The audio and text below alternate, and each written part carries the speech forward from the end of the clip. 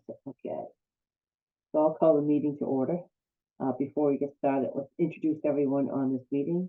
I'm Sandy Brock. When I call your name, please confirm that you can hear me by verifying that you are present. I'll start with the commissioners. Travis.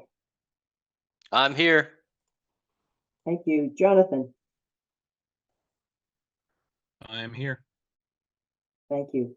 Patrick can hear me. I don't think he's on yet, so we'll continue with that. Emily is not on. Go to staff. Leah. I'm here. Thank you. I'm going to go through the speakers. If you are here, please just respond so that we know that you can hear us and we can hear you. For 168 Upton Street, Anthony Damiano. Doesn't look like that. Looks like Patrick's on. James. Thank you. James Wines. All right, not on yet. Okay, so let's keep on going for 8 Hudson Ave, Norm Hill. Yeah, I'm He here. was on earlier. All right, thank you very much. For 138 Old Upton, Norm again, and so you're already here. For Abby Woods, Abby Rad or Leslie Wilson. Leslie's in the attendees, and I keep trying to promote her to panelist, but it says she's declining. So I don't know if she's having connection issues, but she's in the attendees. Okay. All right. So when we get there, we can work on that. So this open meeting of the Conservation Commission is being conducted remotely via Zoom pursuant to Governor Baker's March 12, 2020 order, as most recently extended on March 29, 2023. Access information for the public has been provided on the town website. This meeting is being recorded. Please remember to mute your phone or computer when you're not speaking. If you're using the dial-in by telephone feature, you can mute yourself by pressing *6. As chair, I will introduce each speaker on the agenda.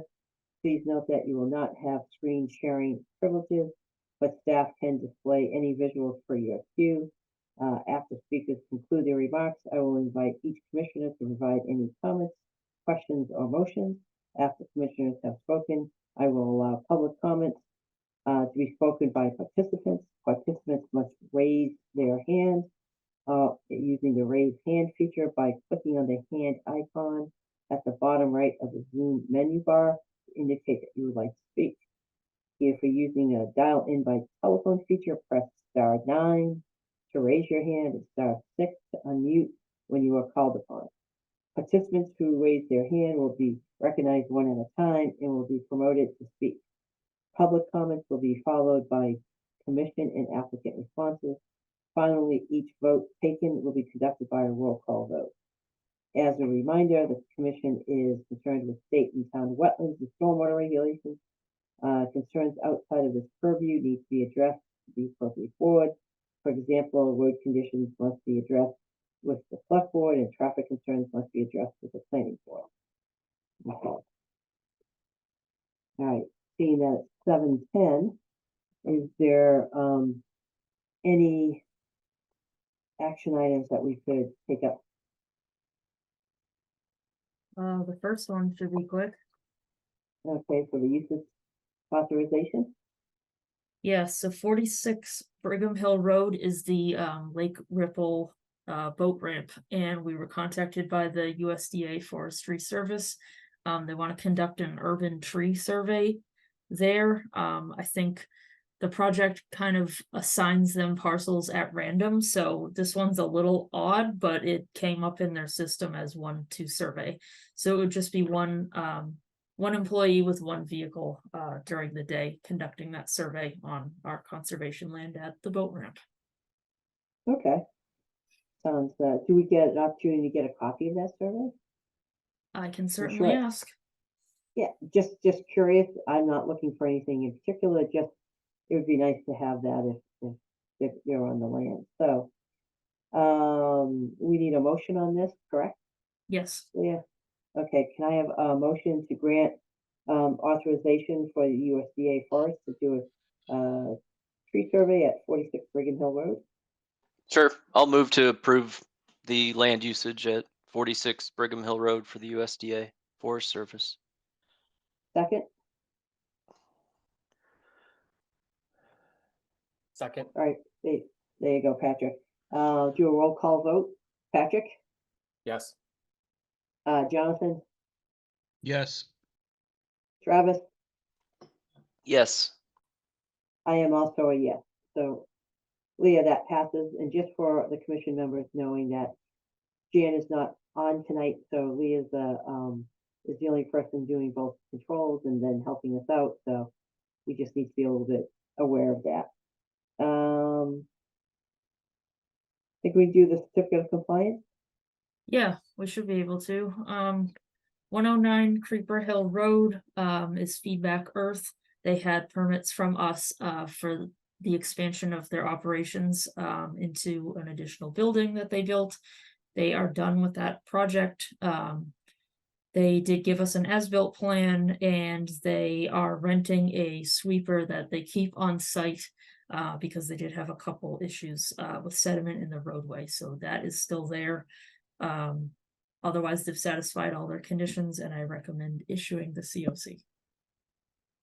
Okay, great. Do I have a motion to issue the COC for 109 Creeper Hill Road? Sure. I'll move to approve the COC for 109 Creeper Hill Road. Do I have a second? Second. We have a motion and a second. Roll call vote. Patrick, Yes. Jonathan, Yes. Travis, Yes. I am also a yes, the motion carries. Okay. Do we have time to go through the minor change in 1 minute? No, but if you skip all the way down, we had a partial COC request come in. For Okay. 220 McGill Drive. It's our usual routine of clearing one lot, from the larger subdivision at Highfields. They're done on this lot, the lot's stable, and none of the conditions were specific to this lot, so I am recommending issuing a partial for 220 McGill Drive. All right, thanks. Do I have a motion?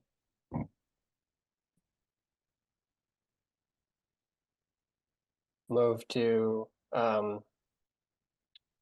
issue the partial COC for 220 McGill Drive. All right, do I have a second? Second. Motion and second, roll call vote. Patrick, Yes. Jonathan, Yes. and Travis. And I'm recusing myself since I'm in a butter to that subdivision. Thank you. Thank you very much. And I am also a yes, the motion carries. All right. 7:15 at the moment. Which sheet here? Okay. That was public hearing. Pursuant to the Massachusetts Wetlands Protection Act, the Grafton Wetlands Protection Bylaw, the Conservation Commission will hold a public hearing to act upon a request for determination of applicability for the installation of a utility pole and conduit wiring at 168 Upton Street. Who's here, Leah, to talk to that? That's Anthony. I just promoted him out of attendees, so he might just need a second. Okay, we'll wait for that. Everybody hear me? Yes, I can. Please, your name and your affiliation, and you got the floor.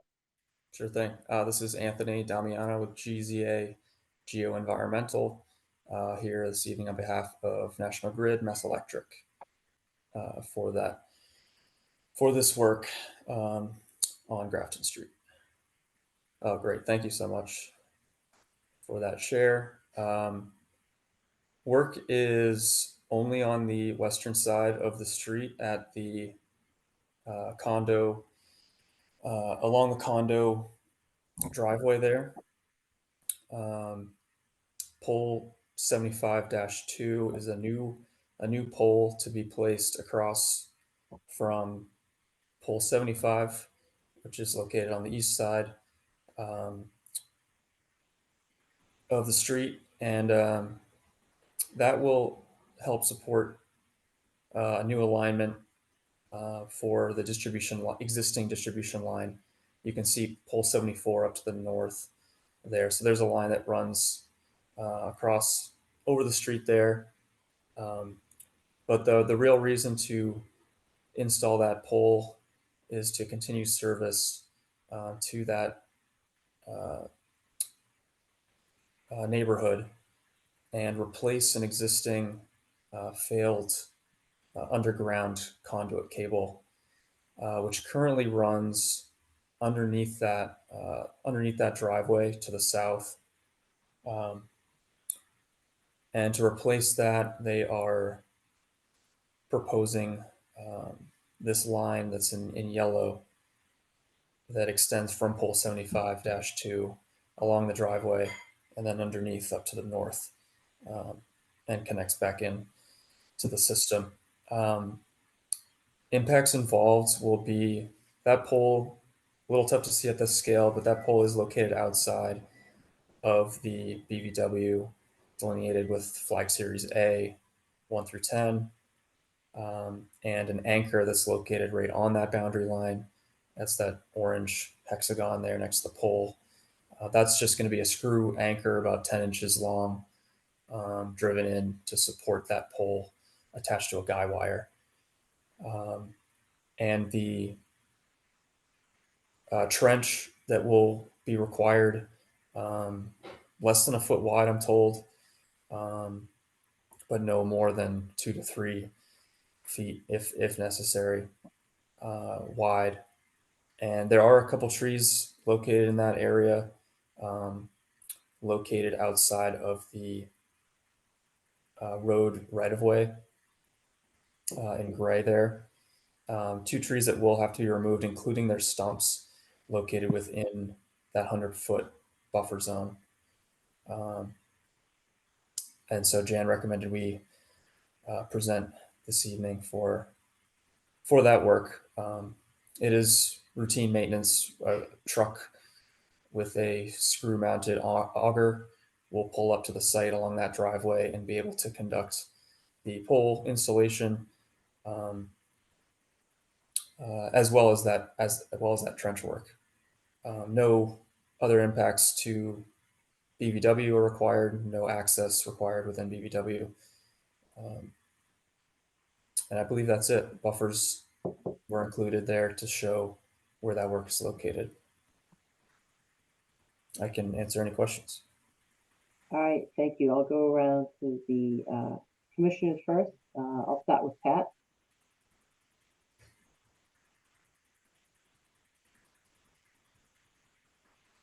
I don't think I have any questions at the moment. Okay, Jonathan. I didn't have any additional questions either. Okay, Travis. Do you know how many trees you're gonna have to remove? And are There they should- the red maples? Most likely two to three of those red maples that are located right near flag A4 to the south of that. So outside the wetland is what I'm told for tree removal, but within the buffer zone. Okay. Leah, did we get the delineation sheets? I didn't see them in the file. I don't think they were in this one. I'll look in the background though. I can certainly follow up with those. Yeah. And is the trench gonna go in the turf area? It looks like there's a turf area out there right now, like a mowed turf along the road. Is Yeah. that where the trench is going? Along the shoulders, not even what I would call it there, along the driveway itself. I mean, so that it'll extend up the edge of that driveway and then cut underneath the pavement. Okay. And there is I didn't mention that brown erosion control line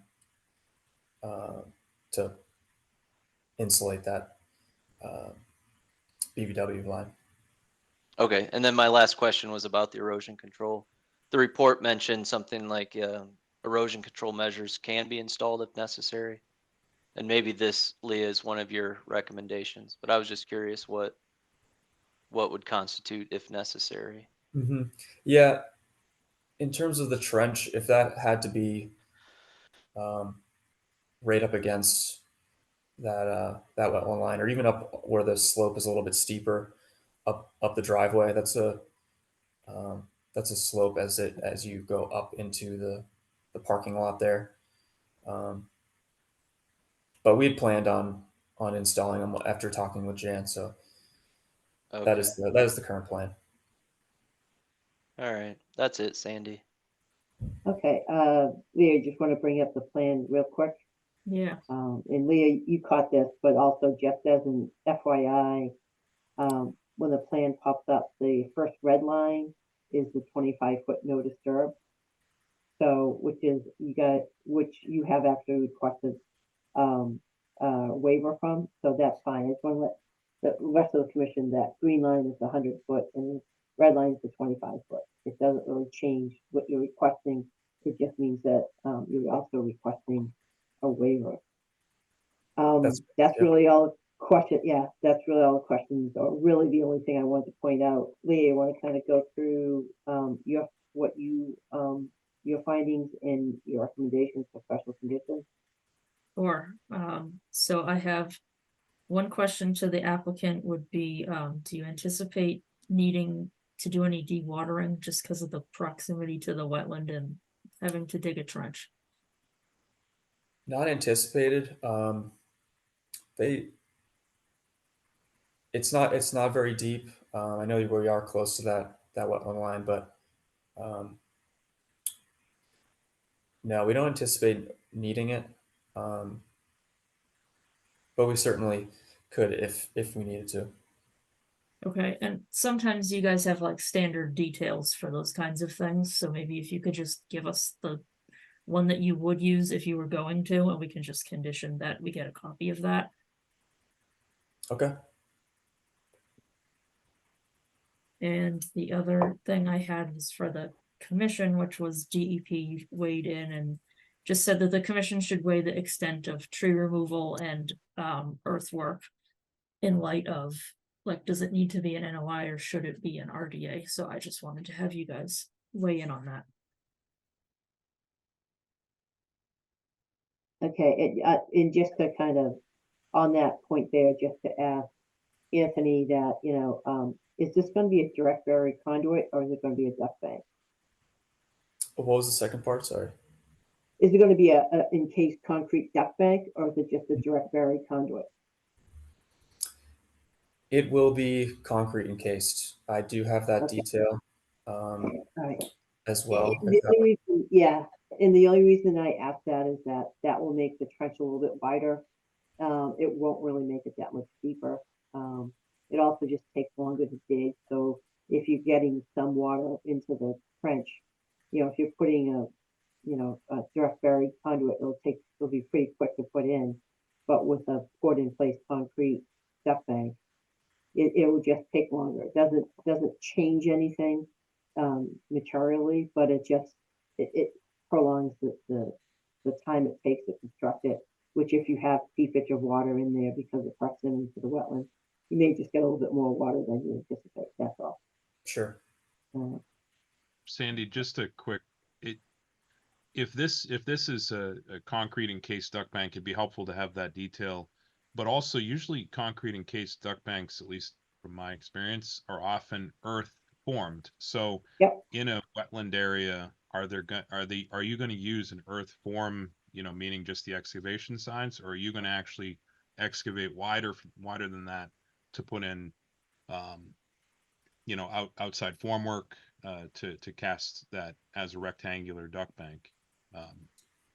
That shouldn't be necessary given the width that they proposed and how much, or really how little cable they really need to run through this trench. But yeah, I can see if we can provide that detail just with all those widths and Okay. type of cable. Yeah, it'd just be helpful to understand if it's, to kind of what Sandy pointed out a minute ago, if it's a wet soil condition and you're using the sides to try to form it, then it's going to slough in, you're going to have water and mix with the concrete. It could be a mess. I'm just wondering if you then need to deviate. Again, I'm not telling you what you need to do. I'm just saying that it'd be helpful to understand if you're using something that's got a formwork, it's going to be a wider because you have to have room to install and strip the formwork as opposed to an earth encased, which would be narrower. So Mhm. it'd be helpful to have that detail and that understanding of the width of how much impact those areas are going to have. That's all.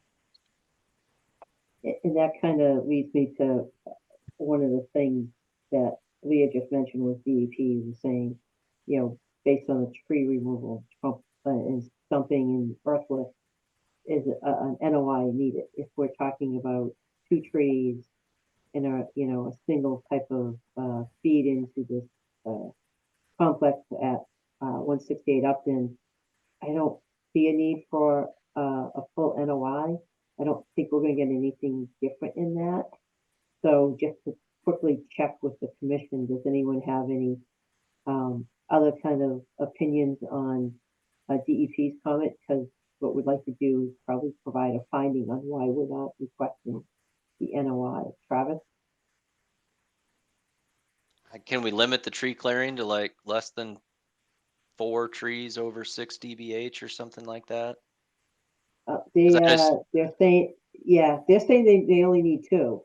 So I would limit to 3. I mean, I would definitely. Can we if put we're that as a give- condition? Absolutely. I guess, yeah, if we can do that. Otherwise, I mean, I'm looking at it and I don't know, there could be a dozen trees out there that they end up taking out just to make it easier for construction without some sort of limits on it. Yep, no, that's absolutely fine. I think we're well within our responsibility and within our jurisdiction to do that. I don't know, Anthony, if you have any kind of comment on that. Just that, given the size of the project, we typically have worked with commissions for the route of an RDA, and in the cases where we have had a lengthier discussion is when extensive tree removal has been within riverfront, and that isn't the case here. So, we're happy to provide some greater detail and ensure that the erosion controls are placed appropriately. Perhaps, have Jan or anyone from the commission come out and check those out before we get started. That type of thing, totally agreeable to. Yeah. But they are hoping Agreed. to move fairly quickly with this, just because the conduit is out of service and they'd like to replace that. Yeah. No, I mean, yeah, we'll definitely be coming out there anyways, but Jonathan, any kind of comment or on the DEP indicating the potential need for an NOI?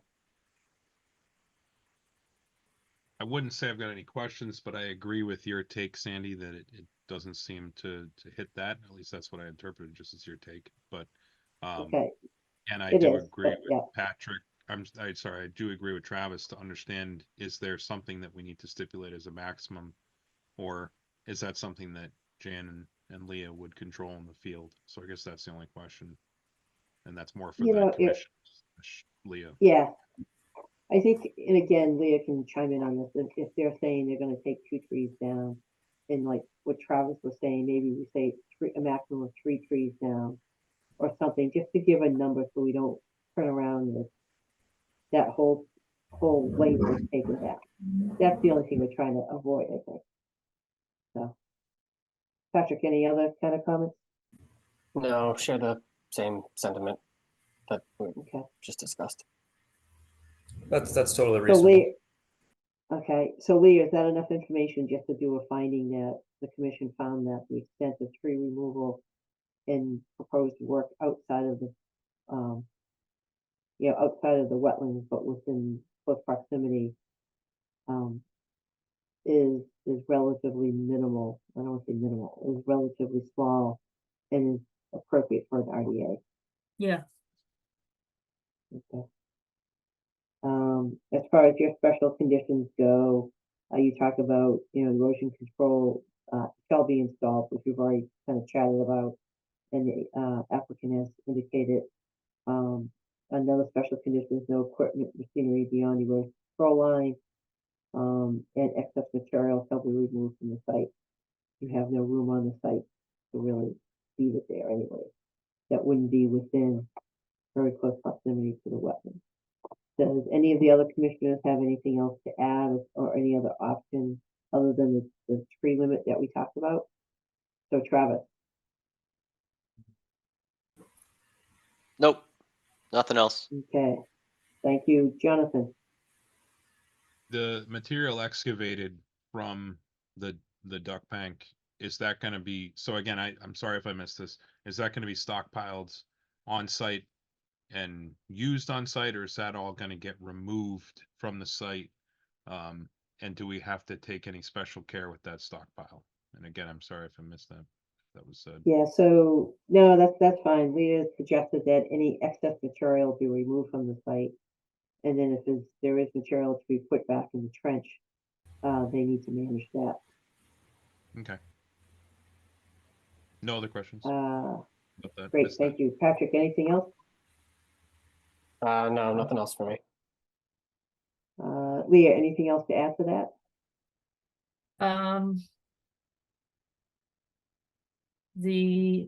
Let's see, the detail we asked for of what the line Yep. install looks like. And De- I'm thinking, Detail of the duck bank is what you're talking about. yeah, Okay, and and we should probably throw in our standard one about a concrete washout since that's gonna be used. okay, Otherwise, that's it. okay. All right, so I'm just gonna quickly ask Leah if I'm right on the conditions, and then we'll go to a motion. Before we do that, I am going to open up, if any member of the public who is viewing this hearing, if you have any questions or comments, please raise your hand using the hand feature at the bottom of the Zoom. And I'm not sure if anyone is on the participant list. Other than that, special conditions, erosion control, no hay shall be installed where shown, function as limit of disturbance and be removed upon final stabilization. No equipment, machinery beyond erosion control. Excess material shall be removed from the site. A maximum of 3 trees shall be removed. If additional trees are needed, you need to come back to the commission. Include a detail of the duck bank so we understand the width and depth and size of that. And then we also have our standard concrete washout that we have for vehicles and concrete vehicles that we were going to add. That seems to be the list of conditions, unless I missed something. Leah? That's the conditions, but we do have to do a separate vote on the waiver. Okay, so we can all keep that in mind. And then up front here, first of all, let's do a waiver for work within the no disturb. Do I have a motion for that? I'll move to grant a waiver for work within the no disturb for 168 Upton Street. Do I have a second? Second, A roll call vote. Travis? Yes. Patrick? yes. Jonathan? Yes. I am also a yes. That motion carries. Do I have a motion to issue a negative determination on this RDA that includes the conditions that has been summarized previously? So moved. Thank you. Do I have a Second. second? A Second. motion and a second. Thank you. Motion and a second. So let's do roll call. Patrick, Yes. Travis, Yes. Jonathan. Yes. I am also a yes. That motion carries. Thank you. Thanks, everyone. Have a good night. And I'm assuming, Leah, that no one from the public ever raised their hand, correct? Yes, okay. Thank you for that. All right, moving on to 7:30. past 7:30. This is for 8 Hudson Ave, okay. Excuse me, pursuant to the Massachusetts Wetlands Protection Act, the Grafton Wetlands Protection Bylaw, Conservation Commission will hold a public hearing to act upon a notice of intent and application for Grafton Wetlands Bylaw permit for the construction of a single-family house at 8 Hudson Ave. Good evening, this is Who's here to Norman. speak to that? Good evening, this is Norman Hill from Grafton, from Land Planning. Can everyone hear me okay? Yes, Yeah, so Leah, could you kindly put up the existing conditions portion of the plan over to the left side of the drawing?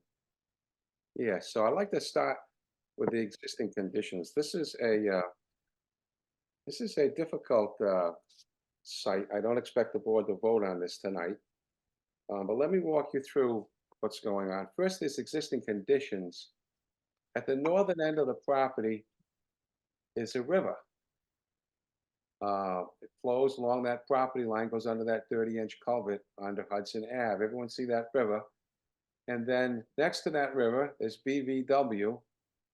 Now, we flagged the BVW. You can see BVW A3, 4, 5, 6, 7.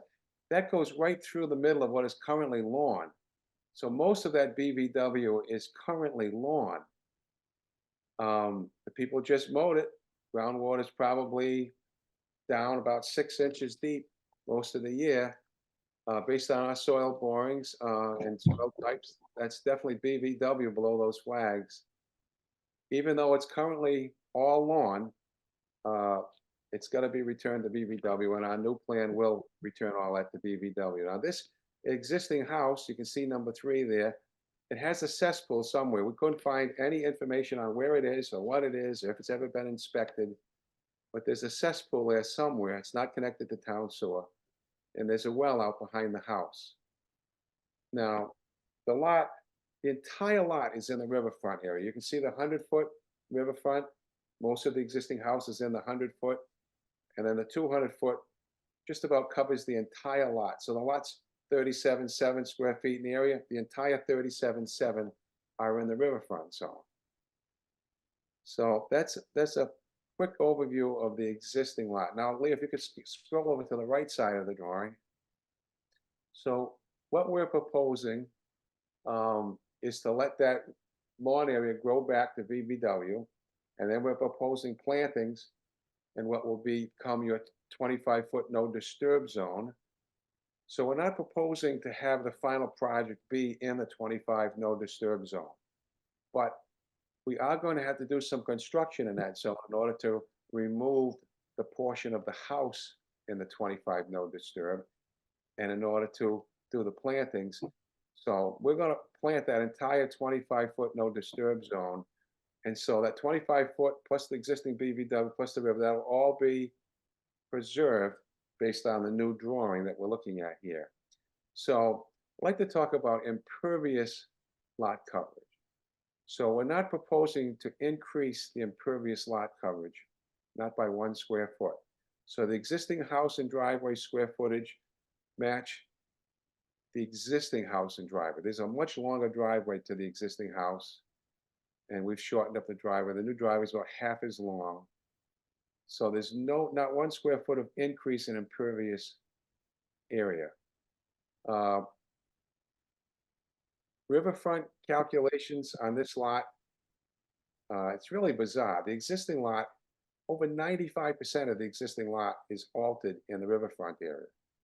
Over 95%. When we're done here, we'll be down a little in the 60s, 60%. Law says you're not supposed to alter more than 10%. We're at 60%, 60-some%. So this falls into all of the laws regarding a redevelopment project. So we're going to connect this house to town water. The well will be abandoned per Title V.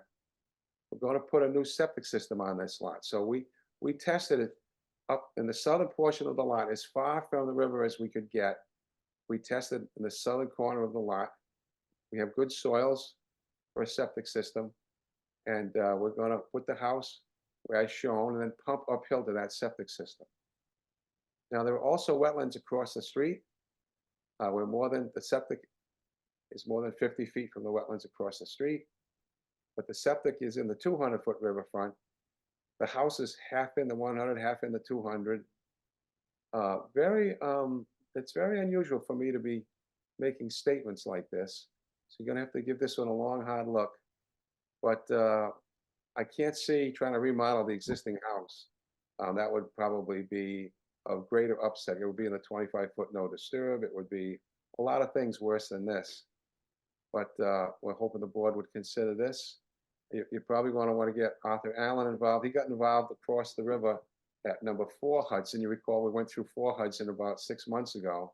Out there constructing that now. This is number 8 Hudson. It's just down across the river from 4. I would ask you to go out and look at this site, and we'll talk about the next meeting. But I'll be happy to answer any questions you may have right now. All right, thank you. Leah, you want to give your summary of your findings so far? Sure. So for the riverfront calculations, the commission may allow alteration up to 5,000 square feet or 10% of the lot, whichever is greater. In this case, the 5,000 would be greater than the 10% is down at 3,770. But the proposed alteration is 12,000 square feet. And then the Norman covered the degraded area.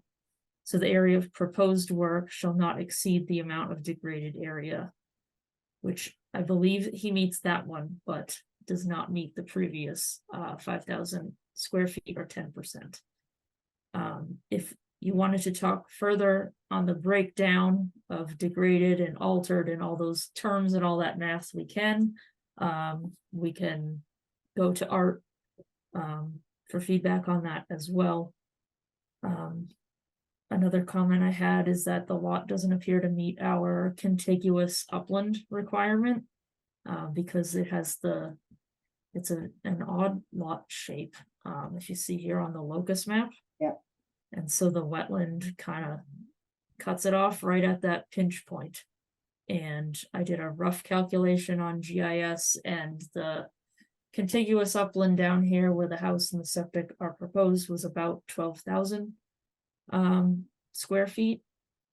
So I don't think they're meeting that, whether they want to request a waiver or not, we would have to discuss. And then Norman touched on the last point I had, which was just work in the no disturb. I know you're intending to restore that, but that does need a waiver request as well, because you do have to temporarily work in the no disturb. So, you know, not that we want to get into the zoning part of it, but, you know, if this is a non-conforming lot that has a single family home on it. So, and again, it's a zoning question and not, you know, it's a little bit difficult because it's, you know, it's as far as having, you know, the contiguous upland, there's already a house there and they're replacing the house, so it's non-conforming. I don't know from a legal standpoint what that means. I think, and you know, so I did talk to the building inspector this afternoon, and I think if I'm understanding correctly, that the pre-existing structure makes this proposal okay with his regulations, but ours looking for contiguous upland is not being met. right. But it's an existing lot. It's not one being, this is where it's in a, for me, it's in a kind of a gap. And to be quite honest, I don't know the answer, where it's an existing lot with an existing house, you're replacing the existing house. And I understand that it's listed there, but there's already that use there. And that makes it a little bit like from the zoning perspective. I don't know from a legal perspective, our local bylaw, how that would impact it. You know what I mean? It's a land type of thing. So again, whether that needs a waiver or not, I think we need to just find out more about it from town council, because it's not a lot being developed for a house. there's already one there. So from a zoning perspective, I understand it a little bit more. From a bylaw perspective, that one's a little bit harder. I don't feel comfortable just making an arbitrary saying it doesn't meet it, so you can't do anything there because there's already something there. I don't know, having a legacy dwelling there as opposed to not having it developed. I think there's a difference. I just don't know what that is. Okay, And it may end up going back to the commission to actually whether they feel that, we have the legal standing and whether a waiver is required or not. I don't have the answer to that. So, and I'm also curious to see, we don't have to get into it today because I think it'd be better from coming from DEP what their consideration of alteration is and how they look at this lot and what they consider being altered and what they look at as far as, restoring some of the buffer area and so forth, and restoring some of the wetlands because hydraulically it's a wetland. So that's kind of my general questions. But I'm guessing we have a DEP number yet? we do. They weighed in more on things like the restoration area and such, and less so on the numbers. But Okay. most of the DEP comments have been addressed in the plan revision. So the split rail fence with the signage on it, the plantings, Okay, the narrative mentioned a well, but there isn't a well because it's gonna be on town water. And then they just Yep. said that there were discrepancies in the numbers. So what you see in bold here was Norman's response clarifying the numbers. And then their last comment was just that the commission may consider third-party review. So they didn't weigh in so much on the numbers. okay, all right, that's fine.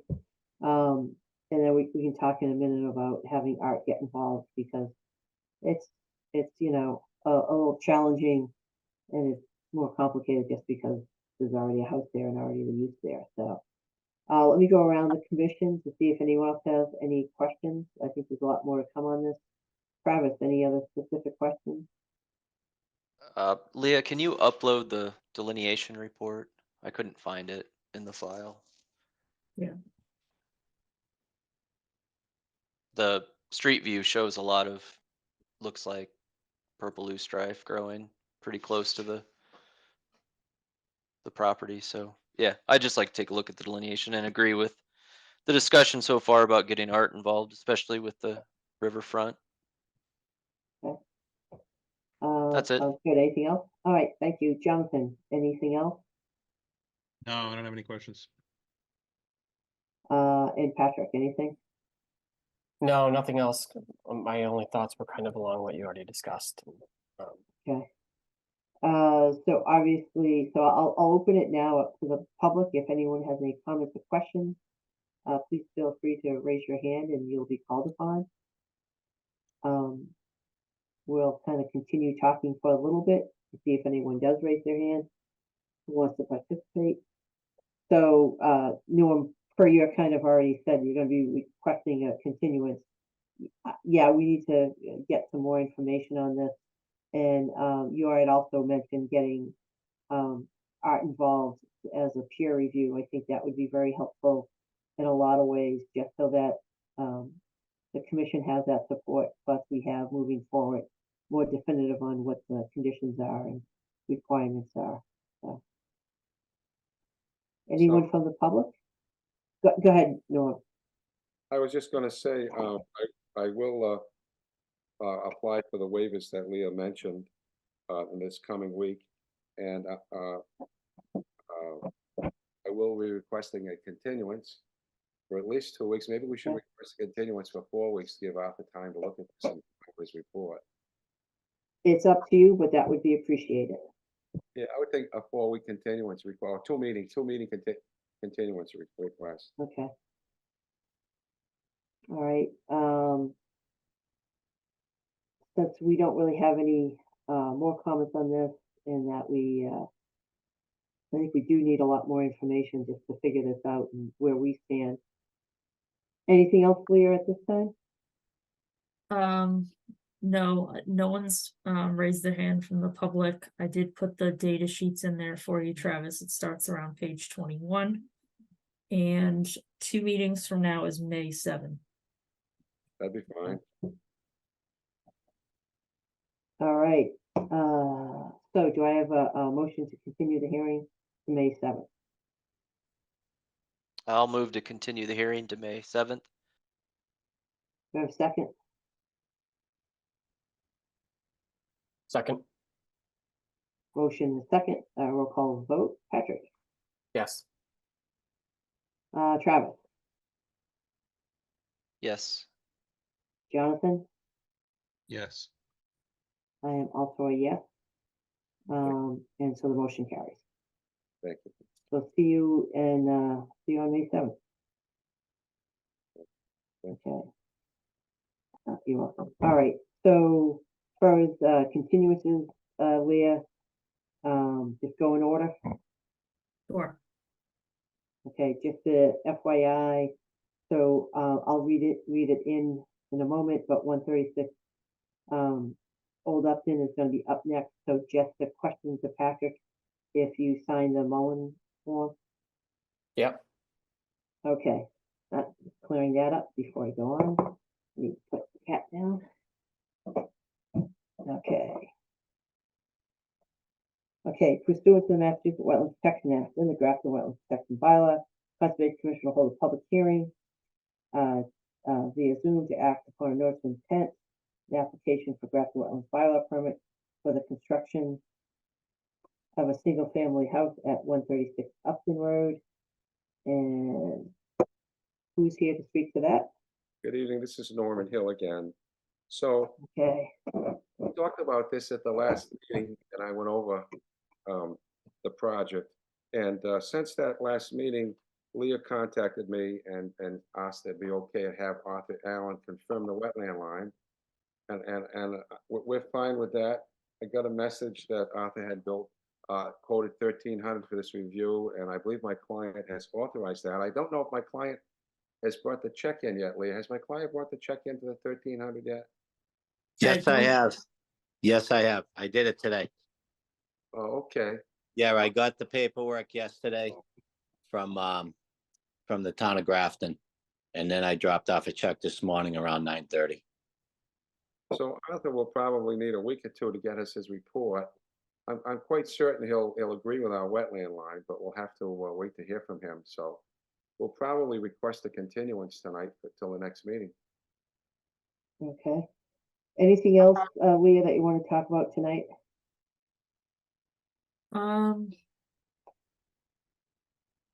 I don't think we need to tonight because it's just getting towards conditions and protection of the no disturb, so we should wait for the peer review first. Okay, appreciate that. Quick roll call to see if anyone else have any questions at this time. Otherwise, we're going to be doing a continuance to allow a peer review to do the delineation review. So any other questions, Travis? Leah, did we get DEP comments? Did I miss Yes. those? Yes, we do have those. Were They're those not- worth discussing tonight or? Hold on, let me pull them up. Yep, they're on the agent's report.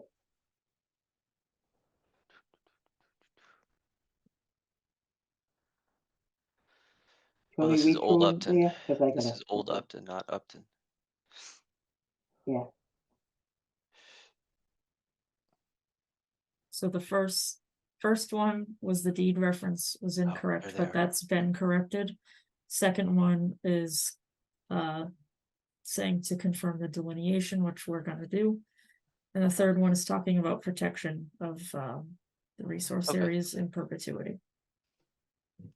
Nothing else for me. Thanks. okay. Jonathan, anything else? Nope. And Patrick, anything else? Nope, nothing else. Okay, do I have a motion to continue? Move to continue to 4/23. Hold on, do we have to go to the public? Or did you? Oh, do I'm that? sorry, yes. I don't remember, so let's do it now. So if there's anyone in attendance from the public, if you have any comments or questions on this, please raise your hand by clicking on the raise hand feature at the bottom of the Zoom.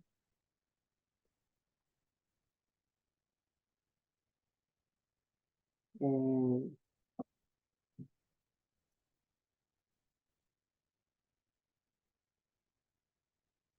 it doesn't look like there's anyone making any comments. So we have a motion. Do I hear a second? Second. We have a motion and a second. Roll call vote to continue the hearing. And Leah, we got the date correct, right? Are we looking for the next meeting or 2 meetings from now? Uh, I don't know how busy Arthur is. I would think in 2 weeks' time, he could let us know if he agrees with the line. I think just 2 weeks should be long enough. Okay, so that's April 23rd. All right, and that's what Patrick says, so. Okay, roll call, a vote on that. So I know Travis, you just answered, but why don't we answer it again? Yes. Jonathan, Yes. Patrick, Yes. I am also a yes, the hearing is continued. Right, thank you. Okay, all right. Next up is Abbey Road. Okay.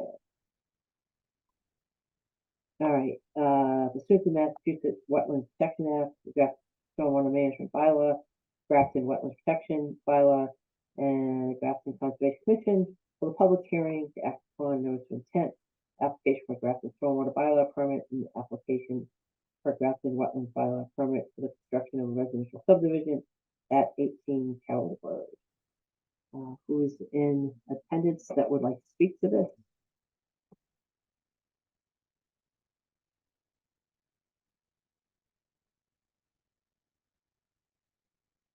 So is that Abby that's going to speak to that, or is it going to be? I think it'll be Leslie. She Okay. just joined from the attendees. I'm here. Okay. All right, you're up. Any updates and so forth? So we had received some comments. I believe that we have responded to most of them. Haven't got anything back that they weren't sufficient. We did apply for the waiver. And I believe Abby brought the $50 today for the 60% removal of the phosphorus. So we did apply for the waiver for that. So is your waiver request is not to comply with that? Well, I talked to Leah about it, and I talked to Art Allen about it, and Art agreed with me that having a storm scepter and an infiltration basin does meet that regulation, that it does at least 60%. Okay. And, I went with him and, a little bit with Leah.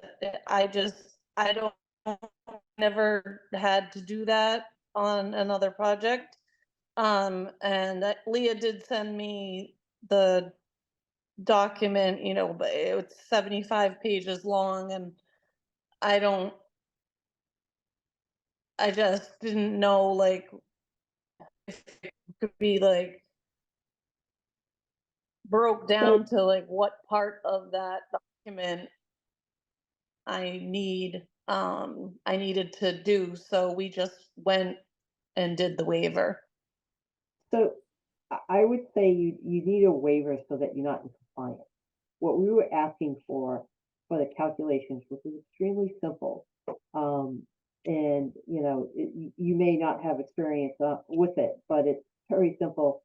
And what what we're looking for is to grant that waiver, we need a sense of, you know, I don't know, Leah, has Art, talked to us about this specific treatment train or, No, If so I knew, he's, you know, the treatment train, like with the TSS, I have the spreadsheet that has all the different, you know, percentages, and then it gives you the Yeah. one at the bottom. so, I yeah, and so don't Art know is, if there's a spreadsheet like that, it's but actually I've never simpler. seen it. Okay, Okay, it's simpler than that. So Art is our wetland scientist that does peer reviews. He's not the engineer. So so what we're looking for and what I've been asking for is pretty straightforward. We need an estimate of what the TSS removal is, and then if it's, you know, if it's, you know, whether that is, you know, 22% or 42% or 68%, if we're gonna, as a commission, you know, give you know, a waiver from meeting that, I think on this particular project, you have a good case because it was already permitted and really, but we're just trying to do our due diligence as in our responsibility as a commission. So, and I can, and you know, I shouldn't be doing this, but I'll show you what you have to do because I just don't have all the information. I am not the engineer of record. It is really simple. Leah, can you just bring up that one sheet that I sent you? yeah, 1 second. yeah, I don't know how to do it, so, you know, All right. you know, because I as a, had found, yeah, you so know, as a information. professional engineer, we are always learning new things. As a professional engineer, you have the skills and by the state of Massachusetts, you know, the fact that you can do this. Basically, within Appendix F is these curves. These curves are really straightforward. There's a table at the top. You pick it based upon your soil. So if you have a B soil or C soil or an A soil, you base it on, in this case here, 2.1. I just happened to pick this. And if you scroll down just a little bit, okay, you have an infiltration basin. The storm scepter will remove Right. a fairly small amount of phosphorus because it only removes the soluble, excuse me, it only removes the solid part of it. The soluble part of it cannot be removed through a storm scepter. And typically that is going to be only maybe 40%. For an infiltration basin, which is the best thing to do that, is this simple curve, the way this is the infiltration basin. It is, you know, I forget, it's page whatever it is, 51. This is for this particular soil type with this particular infiltration. It is as simple as saying, taking from your calculations that you did to size the basin is the amount of depth of runoff from the pervious areas that is being infiltrated. So that's a simple calculation of the volume going in there at what storm. And then you can say, okay, well, I can infiltrate X amount, and whether that is, you know, 0.2 or 1.4, if, you know, it's a simple calculation and you estimate it by just if it's 0.2 inches of runoff that is captured in that infiltration and then is infiltrated, then even at 0.2, you're at 52% or so. So that's how simple it is. That's how simple it is. It is just determining the capacity of that infiltration system, understanding the depth that coming off of the recharge areas that, you know, that will take care of. So you have a volume, you have the stormwater going into it. A component of that is the paved areas, the impervious areas, and based on that, you can then look at what's the depth that's being infiltrated, and based on that, it's an easy thing. In this case here, I believe it's blue is the phosphorus line. So you just, you know, do your depth and you go up and you pick it. I looked at your basin. It's a decent size. I don't, what type of soil do you have on the site? I actually don't remember off the top of my head. I didn't look through the stormwater report. That's fine. Whatever you have. You know, there is- the site is like 80% built already. And And that's- the the detention basin that they have out there now is actually smaller than what was proposed. So they do plan to go out there and increase the size of it to be what they approved to be. So Well, that's good. We would require that once we see an as-built anyways. So that's good that you're doing it ahead of time. But right, I guess what I'm trying to do is when we make a decision and we're gonna grant a waiver, we just can't grant a waiver for no reason. We're looking for that piece of information. Piece of information is fairly straightforward. It's really not a big jump to get there. We have the previous TSS removal. We will use that to look at that. Yeah. What we're looking for is the phosphorus. And with an infiltration basin, you're probably pretty close to what it is. I don't know the calc. I'm not gonna do the calc. That's not our responsibility as commissioners. We're here to review things. So that's really the only piece of information, and then we can have that discussion based on what the original plan was. You know, we understand it may not comply 100% to the current regulations, but if we were to, like, as an example, you have on one of your treatment trains, it's 89%, okay? Okay, I am not gonna make you do anything else, or, my opinion is, my own opinion is, we wouldn't make you do something for, 1%. It's just not, first of all, the calculations aren't even that precise. So right, the intent is there, even the 85%. The phosphorus, we don't have a clue. I don't know the numbers. I am not gonna run the numbers. We need something that comes from the engineer of record to say it's estimated to be this. And then if you then wanna say, well, we want a waiver from that particular, that requirement, that I think is something that we can do, something that we have backup for, and something that, I'm, again, I think I've said this before, I'm not really looking to hold up this project. It's such right. a small piece of information, so, let me go around the rest of the commissioners to see if anyone else has anything additional to say to that. And hopefully that gives you direction, so, Yeah, Jonathan, because I could always, if we could approve it with the condition that I get those calculations to you, if that's the only remaining thing. but we're that would- now kind of granting a waiver for something that we don't have the information for. This isn't as simple as, It, oh, it was you just know, the way it was presented to me. It was like, well, you can either do the calculations or ask for the waiver. I mean, I believe that's actually how it was worded in the email. From I Leah. know that, Like, you can do the calculations or you can ask for the waiver. So, so let's stop there for a second. So Leah, was that in the email? I'm gonna have to look in the background. Give me a second.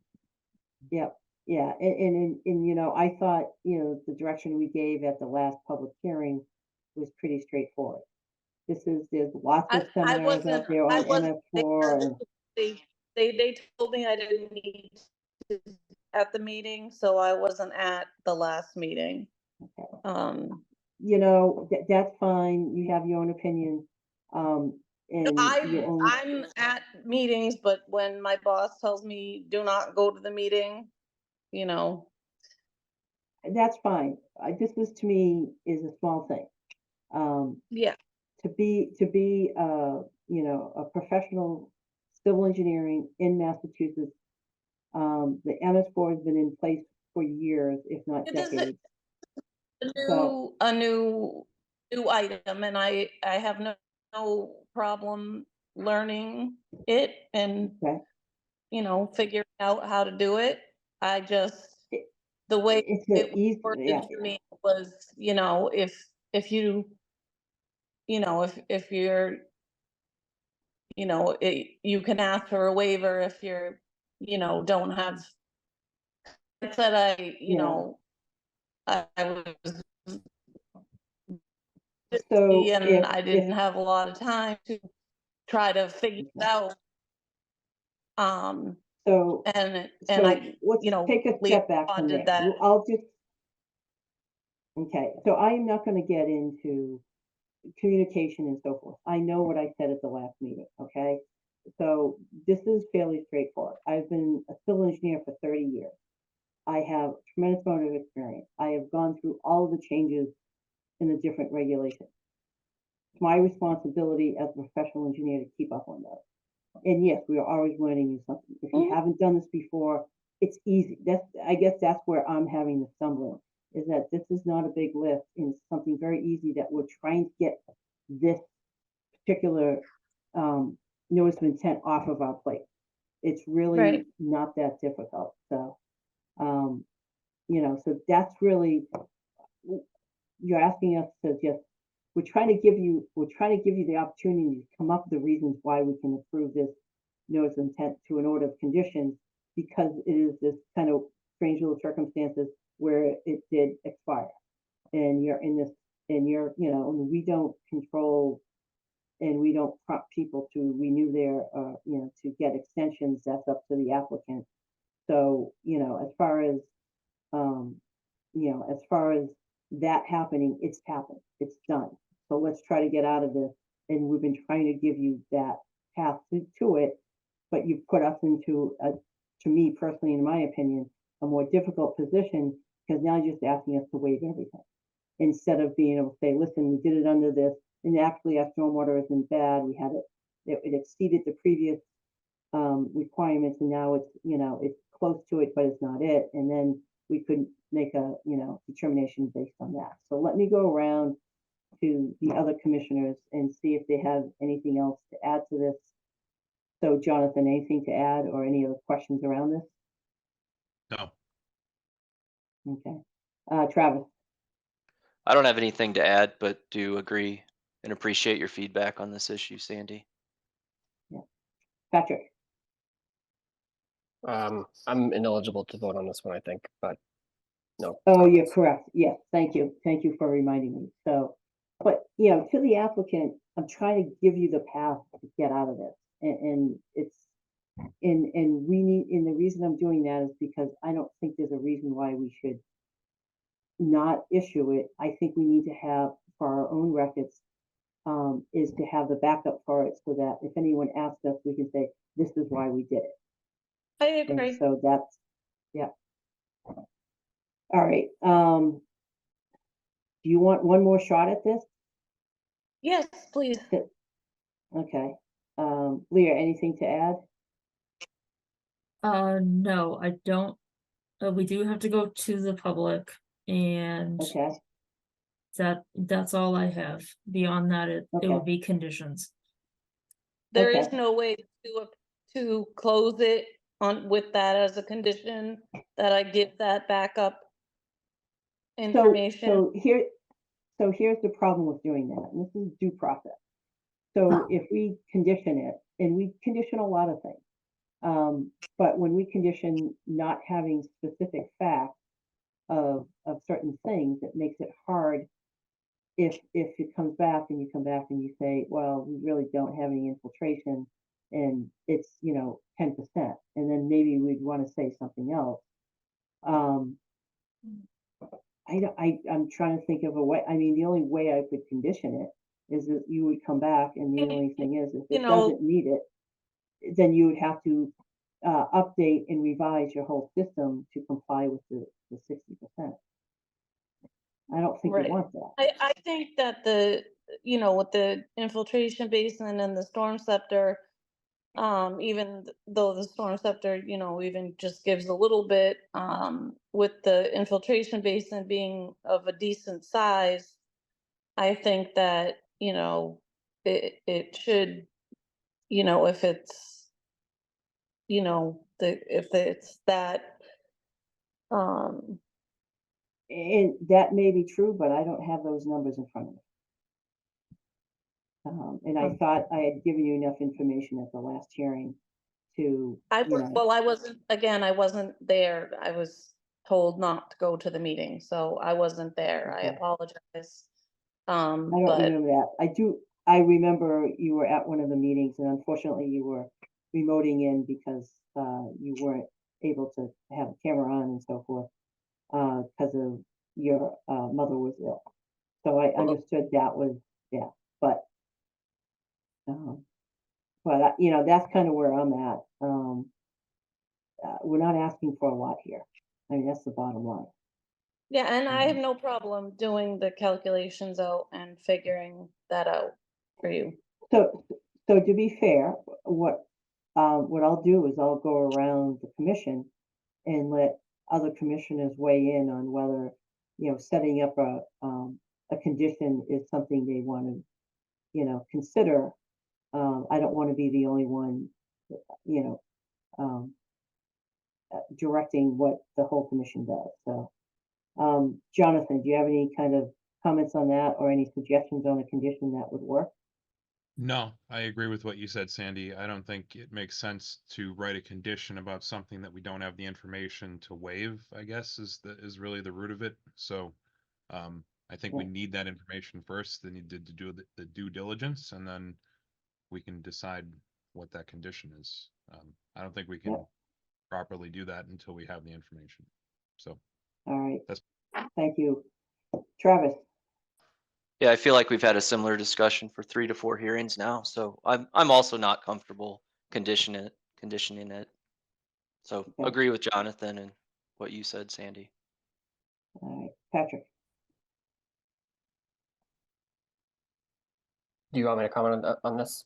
This, Yeah, if you think doing a condition is, if you could come up with a condition that would be, you know, acceptable to, just the rest of the commission.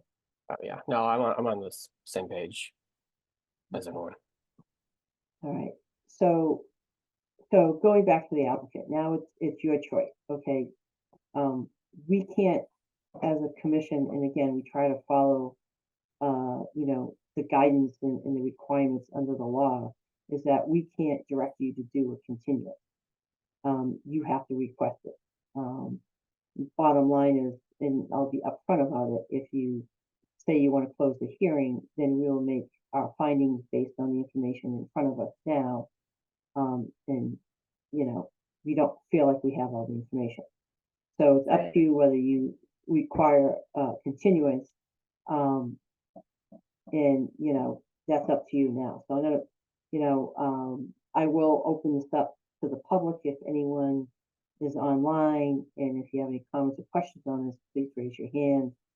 And we'll get to you, but, back to the applicant, it's up to you if you want to request that request that extension to the next hearing, and then if we get that information, then we can then have a discussion on the findings of that, and then hopefully we can move on and do conditions so that you can get this approved. Yes, I would like to continue the hearing to Okay. the next. Okay, and, you know, hopefully you understand, we just want this information, and we think it's not a big ask for it. So, I understand. you just need to submit that to Leah, into the commission. Leah, anything from the public? No, Okay, thank you. All right, so the applicant has requested a continuance. Do I have a motion to continue it to April 23rd? I'll move to continue the hearing for 18 Carroll Road until April 23rd. Do I have a second?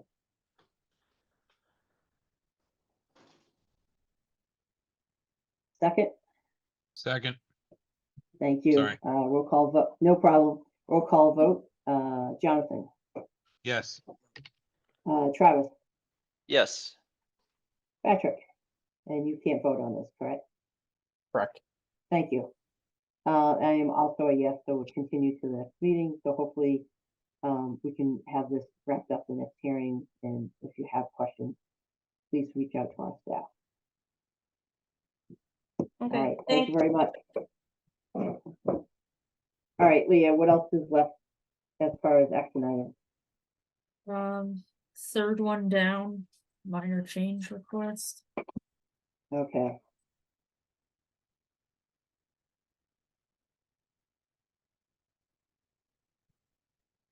Okay, so this is the clock museum one? Yes, you want me to take you through Okay. what's going on? Yes, I would appreciate that. Okay, so this is 62 Wesson Street, which is permitted with us as 3 lots. One lot just had a stormwater permit, the other 2 have wetlands and stormwater permits. We approved all 3 lots with the understanding that a conservation restriction would be placed on the balance of the lots not to be developed for single family houses. So since issuing those permits, the applicant's council and town council have been in conversation about the conservation restriction. Because the applicant supplied a draft, which you can see in Dropbox, of a conservation restriction, but the type that they drafted only lasts 30 years, is not in perpetuity, like those that would go through the EEA at the state level. So the applicant would like to avoid the process of going through the EEA because it's lengthy and it would make the development of these lots unfeasible for the clock museum. So I've talked with town council to try to figure out a compromise, if you will. So town council said that if we accepted this version, which lasts 30 years, the town would be the holder of that restriction. And at the end of the 30 years, can then extend it in 20-year increments from there. So there is a way to achieve the in perpetuity that we were going for. It would put the responsibility to get the extensions on the town, but that would just involve town council, helping us with a draft and getting it recorded. And Okay. then I asked if there was any way that, when we come up on those 30 or then 20-year increments, would there be any way for future homeowners to object to that being extended? And he said that the only way it could be objected to would be they would have to make a formal case that the benefit of the restriction no longer exists. And he said that that's pretty unlikely because that would involve something like the land being found to be polluted or something, to take away its Okay. value as open space. So in my opinion, if the substance of the document mirrors what would go in the version that goes through EEA approval, I'm okay with this model and having to re-extend it at those increments, but I did want to, if the commission's in agreement with that, I wanted to have you guys approve it as a minor change so that we can tweak our ongoing condition to say that we intend to extend at those increments. So I know that's a lot, but let me know if you have questions. I mean, I think I understand. I understand that, through the state process, there's different laws that it's under, and then you can do it in perpetuity. If you're not doing it under that, there's limits on what you can do. So that part I do understand. And if it's something that's automatic in the sense that if the town does a request to extend it, then it can be a similar type of thing.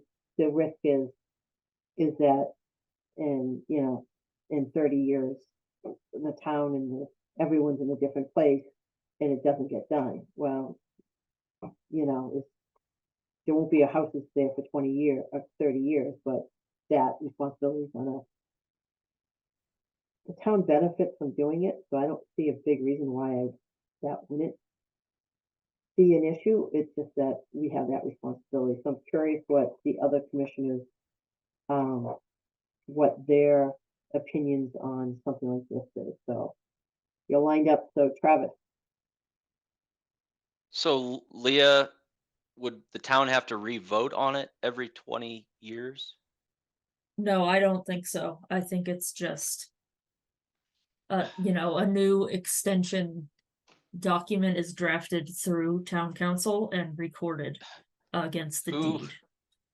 Who is going to remember to do I this? in yeah, 30 I years? know. That's my biggest Yeah. concern. And And that's, then the other, yeah. yeah, go ahead, Sandy, if you have any thoughts on And how that's- that could be. that's what the risk, right? That's the risk. There's a lot Yeah. of things in the town that gets into issues when you don't have those reminders and you don't have a system to do that. I mean, we're struggling Mhm. with the golf course completing their wetland delineation, and that's like an ongoing project. And this Yeah. just doesn't seem like something that anybody's going to remember to do. And then, Yep. so the town wouldn't vote on it. Are we going to set a precedent for this because this is, I'm guessing, cheaper and easier, and that's why they want to go this route? I didn't follow like why we're doing it this way. So my understanding is the request from the applicant, and it's to avoid the length of time it takes to get, you know, a CR done through the state. It is a long process, and I'm sure their concern is the viability of their museum and the income and so forth. That may be pushing it, and it's also the cost of doing it too, because of the attorney fees. This is a much simpler thing. It's like any other kind of anything else that you grant another entity. There's always time limits and so forth. The way I understand it, Leah, tell if I'm wrong, is that there's a clause in it that allows, without any voting, without anything, the town to immediately to just continue it or extend it for 20 years. And again, that's the risk on the town. And so the question I think is what you're talking about. After 30 years, is anyone going to, actually say, oh, you have to extend it? And to be quite honest, on the other side, is there anyone after 30 years going to say, oh, this is our chance, we'll wait till that day? I don't know, 30 years in the future.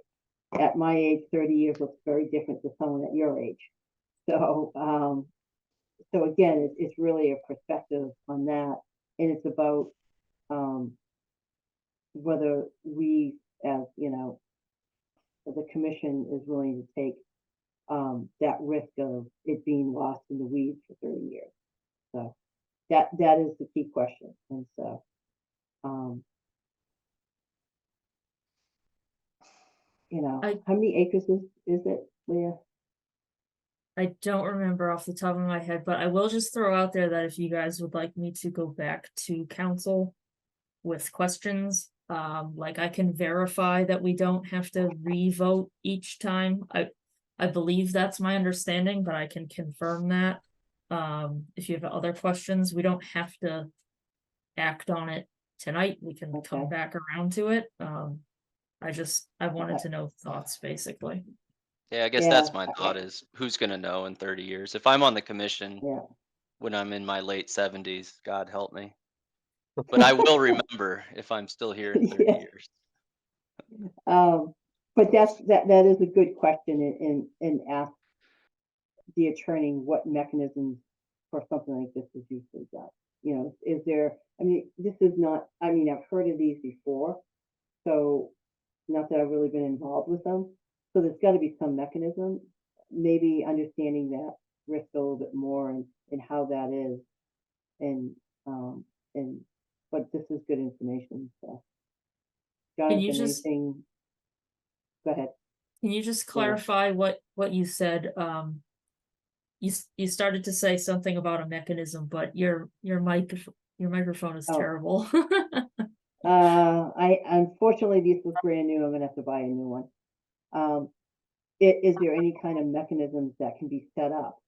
Attorneys do it all the time. Is there some sort of mechanism so that, it's easier to kind of track?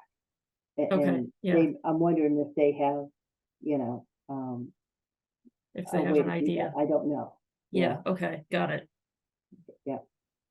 Or does Jonathan, the conservation easement disappear like on day one after 30 years if no one files that extension? Because that would be my question too. yeah. I I don't don't have know. a problem with the idea of it. It's just 30 years. So Next. It's still good to get kind of the questions answered. Jonathan. Travis had the same thought that I did. I thought about how it would set a precedent for stuff in town, whether it's a 30-year or 20-year or 10-year, whatever these long-term the deals are. So again, I won't add anything to that. I agree with what Travis Yeah. said and what's been said as the concern for it. And again, I think Leah, maybe it's worth asking council if there's another vehicle there to do that. Yeah. Can I That's say my a few take. things? This is discussion with commission, I'm sorry. All right. As far as, yeah, and Leah, another question would be, has this happened? Does the town of Grafton have any of these types of, easements or, rights on any other parcels? I don't know. I have no idea. Okay. And then, okay. So Patrick, do you have anything else or any other questions? I had the same questions and just sort of we touched on it a little bit. What does happen if whoever is doing it then just forgets to trigger the mechanism? It'll stay right in the easement, and that's kind of one of the questions. So like what Travis is saying is that, it runs out on January 1, whatever 30 years is, 2054 or whatever. Does it on the second day, it's no longer, and I don't know how that's done. That's more of a legal question.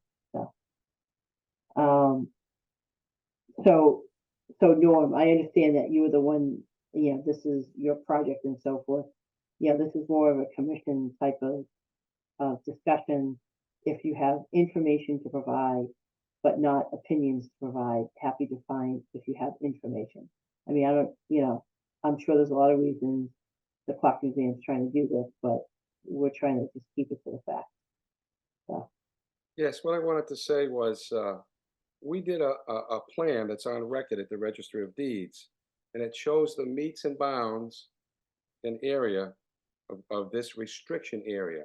That plan is on record at the Registry of Deeds, and it will always be on record at the Registry of Deeds. And then each lot, as it is deeded, it will refer to that plan and spell out that you're not allowed to cut, build anything in that restricted area ever. So easements don't ever disappear unless they're challenged. For example, if you had a driveway easement over your neighbor's land and you intended on building a driveway there, and the easement was granted and was put on a plan, but you never built the driveway, you never used that easement, and 30 years later, the owner of that land could petition the court to have that easement extinguished, and then you would lose your driveway easement. So I don't know if you're aware of it, but I'm also a licensed land surveyor in the state of Massachusetts. I understand land surveying law. So that's how you can extinguish an easement if it's never been used. So this particular easement says nothing can ever be built there. How can you challenge that and have that thrown away after 30 years? I don't think you ever could. So that's all I wanted to say. yeah, no, I mean, I get what you're saying. But this is a conservation restriction, which is why there's weird kind of legal things around the conservation restrictions, because again, there's no right that you're giving up other than the right to develop, which is, the right to not develop means you don't do anything. So it's a little bit different than the driveway easement, but that's why we have attorneys, and and we just want to make sure that that the town's protected, and that, if it's a different way of doing something, as long as the attorneys can tell us that is a low risk for the town, then that's kind of what we're looking for, to make sure that it doesn't get developed. That's all. Yeah, the only other two things I wanted to say is this area is mostly on the side of a hill like that, like almost 80% slope. You can never build there anyway. And then the other thing is Willard Clock, they're not making it financially, and this is very important to them. So I'm hoping you can sort this out. And I understand that, and although it's part of the story, it's we still need to be looking out for the town. So, but yeah, so we'll ask the questions and see what we get for an answers, and see if we can move it along. stuff. All right, thank you. All right, Leah. Up next. Let's see, what do we have left? Okay, discussion items, I have two. One is Mass DEP's proposed regulation changes. Lot of reading materials for everybody. I provided some highlights in my report. The main thing that we need to, I guess, start to discuss tonight and wrap up at our next meeting, because the deadline is April 30th to submit any written comments back to DEP. So I wanted to start asking the commission if you guys feel like you want to submit anything in writing as to how it pertains to what we do as the commission. We do have drafts that I put in Dropbox. One's from MSMCP, the other is from VHB, who does a lot of our MS4 work. So that one's highly detailed on like the engineering side. We can kind of like sign on to or endorse those. We could submit our own letter. We don't have to submit anything, but I wanted to start to gauge commission thoughts. So FYI, I'm knee deep into this, or actually I'm over my head on this regulation. So, in working with MACC on their developing a set of comments too. So I'll see if I can take it. I've seen a lot of the MSMCP ones because they're working with MACC. So a lot of those comments are very similar. I'm curious to see the VHB ones because I don't know, some of the technical stuff will be taken care of by a lot of other people. I'm curious what to say. Without getting into a long discussion about all the changes, very big picture is that it's long overdue to update, everything from the rainfall data to NOAA, and they're going to do what they call NOAA Atlas 14 Plus, which actually is, when you look at the NOAA tables, they give you three numbers. The big number in the middle is the median, and then you have a standard deviation of high and low. And the NOAA Atlas 14 Plus is the highest number times 0.9, 90% probability of that happening. It's not really 90%, it's just the number of likelihood. It's kind of all statistics. So as an example, and I don't have all the numbers off the top of my head, but I think, if we're in the 8s right now, it would bump it up for an inch plus on the 100-year storm, a lot less on the lower storm because the amount of deviation is not as great. So that's kind of that one thing. It's a lot of what's being done is to come to compliance with MS4, which is fine. I think, to Leah's point, we use Cornell right now, which actually, if they use NOAA 14 plus, then NOAA may be a little bit higher than Cornell, but it's in the same ballpark. So it would be good once that is determined that we update our bylaws to match what DEP is doing. There's a lot of things around green infrastructure, and there's to me, sitting on the commission, and then also on the flip side having to prepare stuff for our commission. My biggest question is that you are supposed to handle all your stormwater through green infrastructure. Okay, sounds great. And then if you can't, you have to do an alternatives analysis.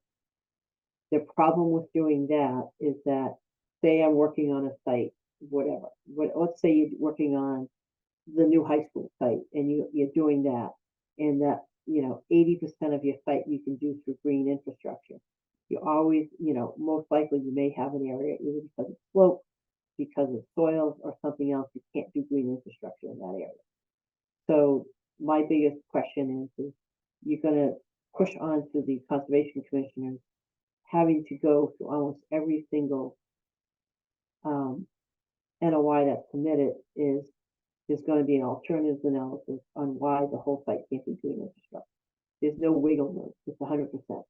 So that, to me, from a pure regulatory standpoint and from our standpoint, that could be something that, there is no guidance on it. And I've actually pulled some sheets together, doing worksheets on how to calculate this and come up with ways to try to figure out, you know, to give the Conservation Commission information so they can make a reasonable determination. So that's one part of it. The other part is all the changes to the recharge requirements, and the calculations required, who can do it. It's just a level of technical review that not only most Concom can't do, but a lot of peer reviewers can't do. So, we have a peer review that's a civil kind of stormwater part of it. We have, the wetland scientist peer reviewer. Now the next question, are we gonna have a hydrogeologist to do peer review because of all the requirements around groundwater? And there's some silly things in there like all pipes have to be out of groundwater. Well, if you worked in Massachusetts, you will realize that a lot of pipes are in groundwater. You can't do it. And then, and then how are you going to determine that? Are you going to do the whole site? So there's lots of good in this update. There's lots of things that are overdue, but there's also some of the details that may reflect back on us as a commissioner and having to have the expertise to do stuff.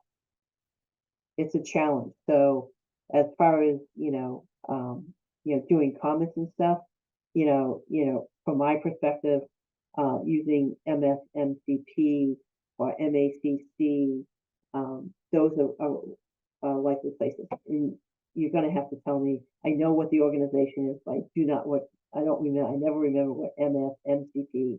I know it's basically it's the wetland agents and stuff.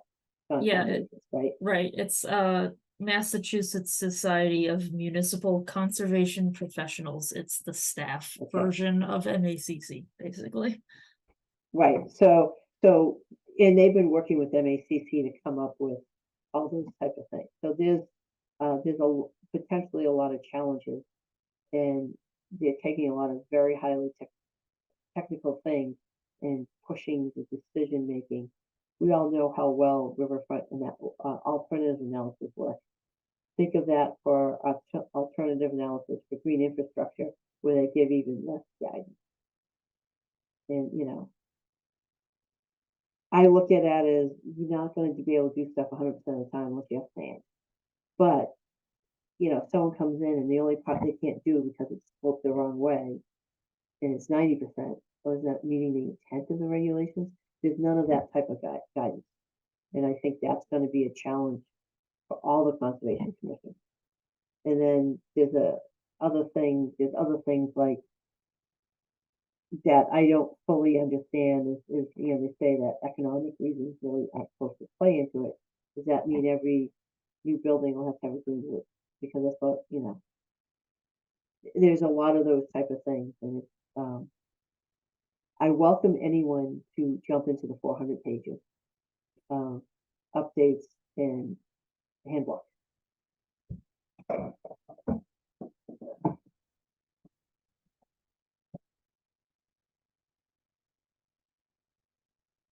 Okay, so this is the appendix, and this is the new handbook.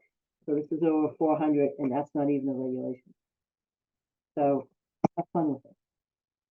And yes, there's all these little tags on here, and they're all on here because they're all my questions. So have fun. I'm happy to share any of this information. It's all available on DEP, but does anyone else have kind of questions on this? I don't know. Yeah. There's gonna have to be some sort of training. I know MACC will be doing training on it.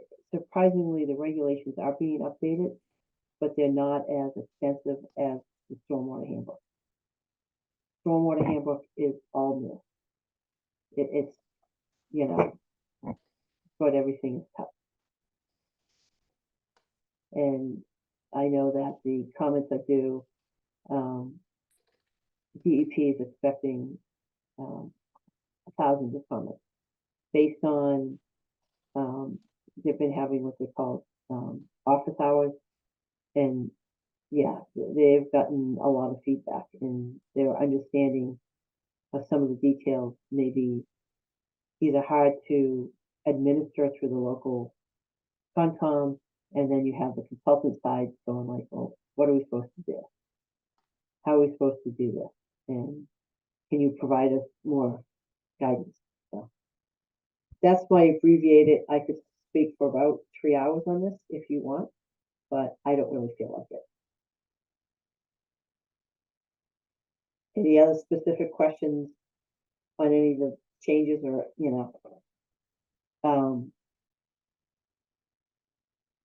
yeah, so like, Leah gives the highlight and each one of those highlights has a whole layer to it.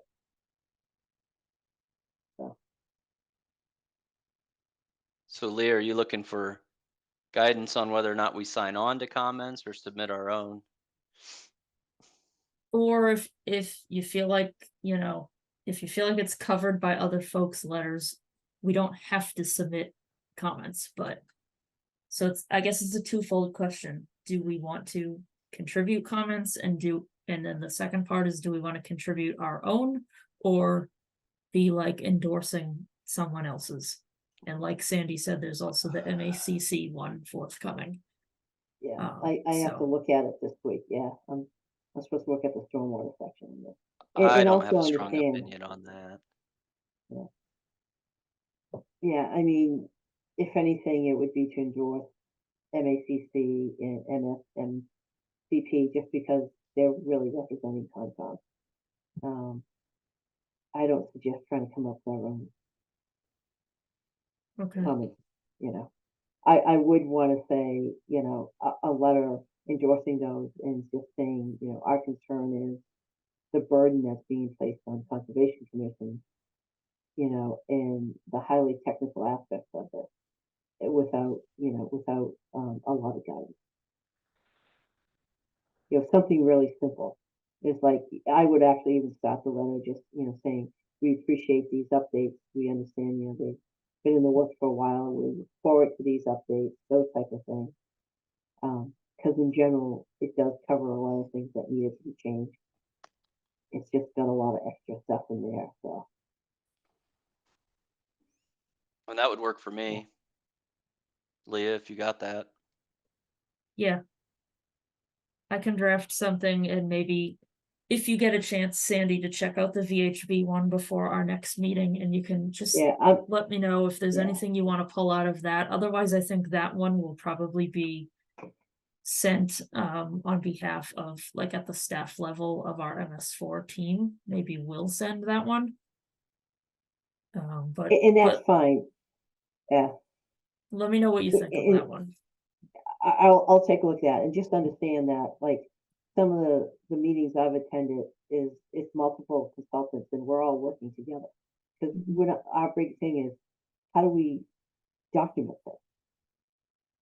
How do we, and around groundwater, there's a lot of confusing direction and on MACC, it happens to be, and this actually might think is different, but it's a conservation commission member in Westboro. He's a hydrogeologist, and he just has some great insight into groundwater and what's reasonable, what's not, and so forth. He's helping MACC, but he definitely has a very common sense approach. But we want this update to work. That's kind of been our driving force on MACC. If we want to make it successful. Right. And the comments aren't meant to call them out. It's meant to, like, yeah, think about this. It will be a big change for Concom. So, Jonathan, Patrick, any kind of take on it? Have you guys all read the 400 plus pages of the new stormwater handbook? Can't say that I have. Okay. But Only unfortunate nerds get to read that. So, But I Yeah, mean, Big I, change. 500 pages to read at work for a few other, dozen jobs or something, so reading 400 pages of the stormwater handbook might be a challenge, so. It's a challenge for me. Yeah. So.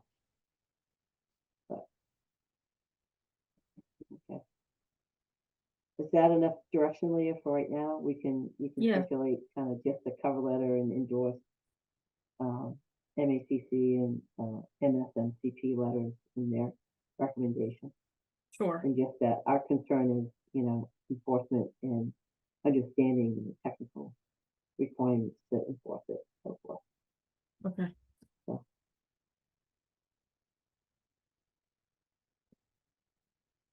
I had more time, I'd help you with the letter, but I can't commit to that, not this week. No, that's fine. I have one other discussion item if you're ready to move on. I am, So Lake Quinsigamon Commission, the question has come up about our annual donation to the lake treatment program that they do. So previously we gave 5,000 from our wetland bylaw fee account. The current balance in that account is almost $84,000, so I'm fine taking another 5 out this year. I am talking with the TA and we're working on trying to figure out another funding source for this type of thing for aquatic invasives or maybe even all invasives going forward. So hopefully we can get something in place to not have to keep drawing from our fee account. But if you guys are okay with another 5 for this year, I can submit that for payment. yeah, I'm okay with it. Leah, could you just do a brief summary of what that particular account is used for? That wetland bylaw fees account? Yeah, so that's one of the fun kind of nebulous wordings. So the fees that go in the account are the application fees that folks pay when they file under the wetland bylaw. Also, when they're asking for a waiver request from the wetland bylaw. So that's what goes into the account. And then in terms of what we can spend from the account on, it's anything to administer our wetland bylaw. So I know that's like super open-ended, but it can be like office supplies so we can print permits. It can be part of staff's salary, which this is not the one that part of staff salary comes out of. That's our DEP fees account. But Okay. it's anything to administer the wetlands protection bylaw. Okay. Yeah, so yeah, just a good reminder that, from the DEP wetland fee one is, partially our staff is paid through that. So we want to just make sure that that's not touched, and this one's a little bit different. So, okay. I don't have a problem, Jonathan, Patrick. I just had one question. So I don't remember them asking for any, I remember going to the meeting, the town meeting, to vote on funds to study the invasives in our section of Quinsig or whatever, on the Grafton side that we voted to put funds towards in the past, I think once. Was that what this is in reference to? Is that now an annual thing that they're studying it, or is this a separate annual contribution to their, is this for treatment of the lake or actually studying of the invasives? Yeah, it's the treatment. So the annual treatment, which they have I think it was a 5-year plan in place, which came to us for permitting.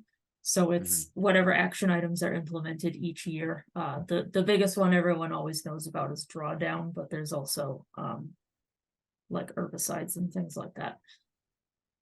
The study was a one-time thing, but the actual treatment is what's ongoing.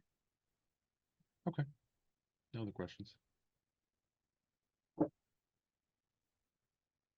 I have no issue. I know we only have a small percentage of that lake is in Grafton, but it all flows down to us. Just curious, is our contribution sort of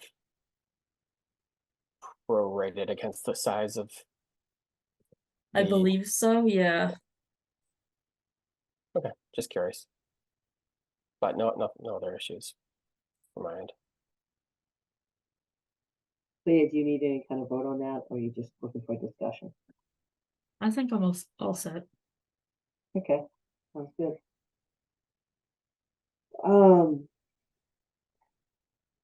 Anything else?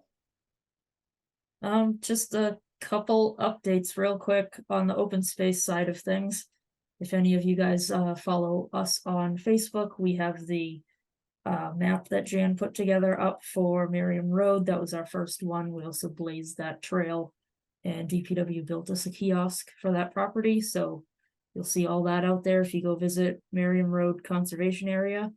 DPW also built us a kiosk for Hassanamesset Woods.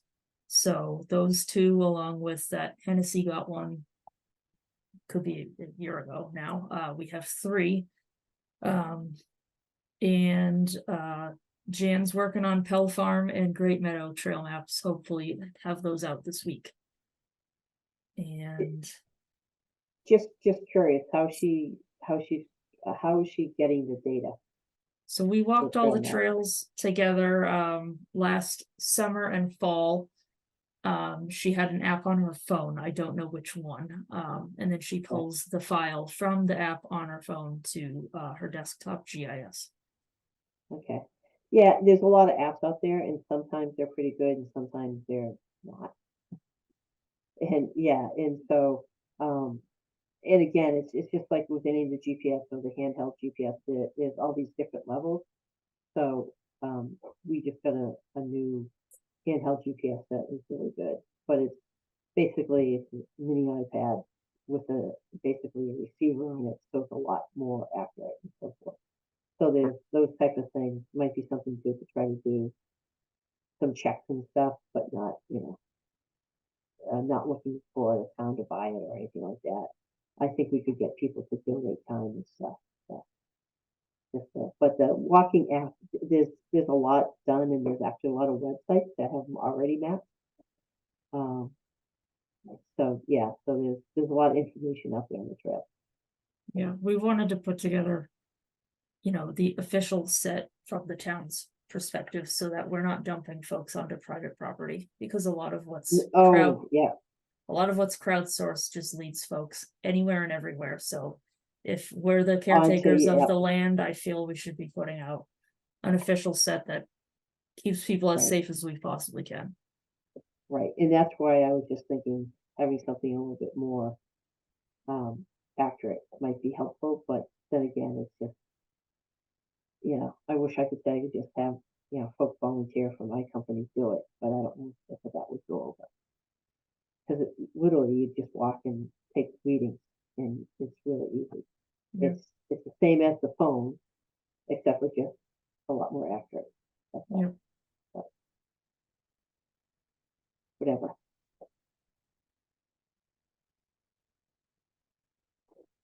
But that's a good update. That's great that DPW is so helpful. Yeah, they have been super awesome. We also have lumber for 3 more kiosks, but the cork board that goes inside it is quite expensive, so we have to do that as we have the funds. But we do have lumber for them to make 3 more. Oh, cool. Should we be writing a letter from the Conservation Commission to DPW just to thank them for that? Just to acknowledge. We certainly can, but I throw them shout outs in the weekly report that department heads put together, and but yeah, we can do something more formal from the whole commission if you'd like. Just a potential thing. It doesn't have to be done right away. Maybe after a couple more have been done, but just to give recognition that the town departments are working together and doing things like this that really serve the public.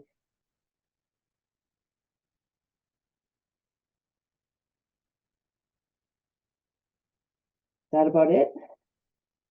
That's all I have, other than to tell you that your headset sounds like you're underwater. Okay, I will have to, you're not the only ones that have told me this, and I'm gonna have to figure it out. I'll have to try it, because my other ones didn't do that, so. Oh, well, lovely.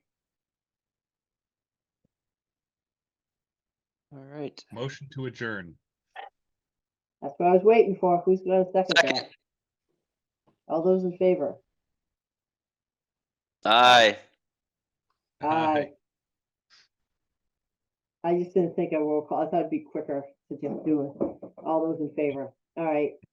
It's passed. We're out of here.